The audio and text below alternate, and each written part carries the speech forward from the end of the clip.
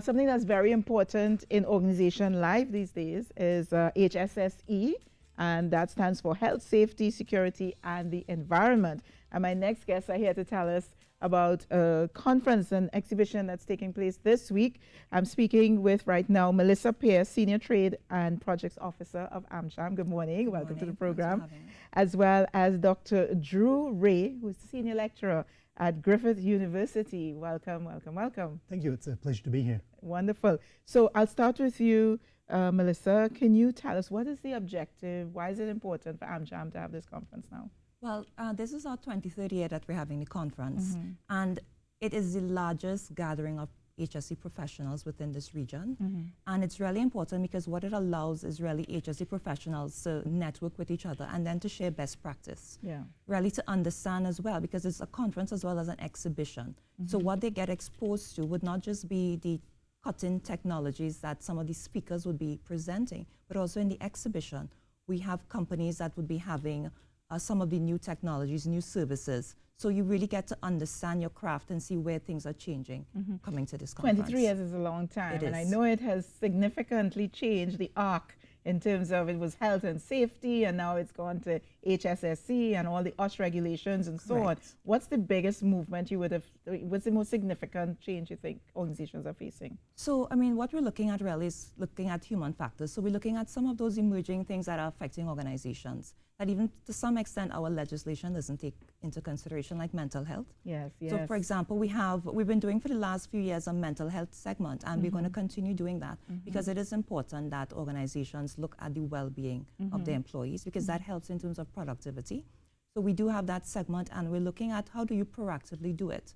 So it's one thing when they've been exposed to a mental health challenge, but how do organizations proactively sort of build resilient skills within their employees, so they I know can internationally handle that. some organizations have mental health days that the employees can take, and then also the restrooms and quiet rooms, quiet spaces in the organization to help employees cope with not just not just in terms of a cable that's wrong, or if you fall you need to report it, but how do you create the environment that so some of that really will be healthy? what some of our speakers are going to be sharing. So we have Atlantic, who is actually our title sponsor, and they will be sharing some of the things that they're doing.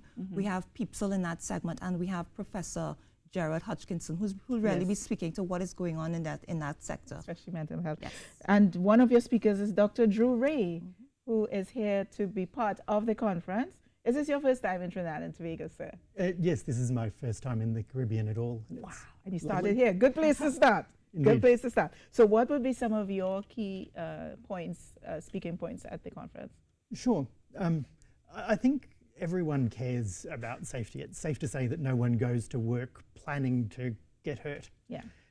But we all also encounter things that are done in the name of safety that we find a bit ridiculous. Yeah. We're asked to follow rules that just don't seem to make sense. We're asked to fill out paperwork that doesn't seem to do anything.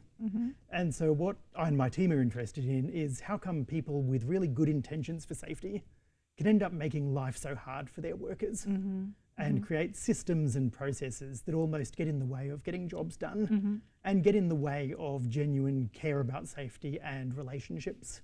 And are you talking about the tons and tons of reports that you generally have to produce every month in terms of safety reports and so on, or what are you speaking about specifically? Absolutely. Yeah. Just to come here, for example, I had to fill out a 7-page risk assessment to come from Australia to Trinidad. I knew that was a down under accent. I wrote it down under. And you'd think a risk assessment would cover important things, and it's, have you packed your suitcase? Have you thought about heavy lifting to get your cabin baggage on board? And this was from where? This is coming from the university's health and safety team, trying to make sure that I'm taking care of myself. Obviously, my employer, like most employers, cares about me. But they show that care by making me do paperwork.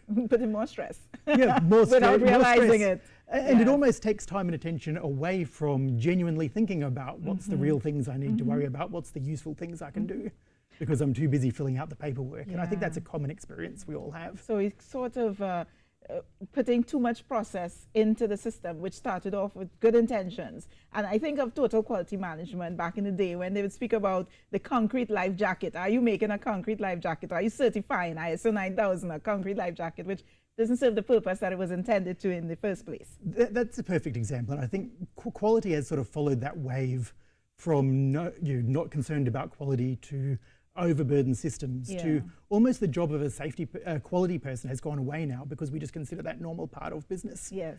And safety is following on behind but much of that same pattern, which is we're gradually starting to realise that good safety is business and leaders being leaders, not compartmentalising safety into this separate system, separate documentation, separate paperwork. And each employee would walk, breathe and think safety, business as usual. Yeah, and coming from the relationships rather than coming from the rules. Yes, absolutely. So the conference is on the 23rd and the 24th at the Hyatt. Yes. And is it open to organizations only or general public? How is it structured? So it's open to the organizations as well as the general public. I mean, in terms of attendance, we're almost filled, so we do have just a few seats.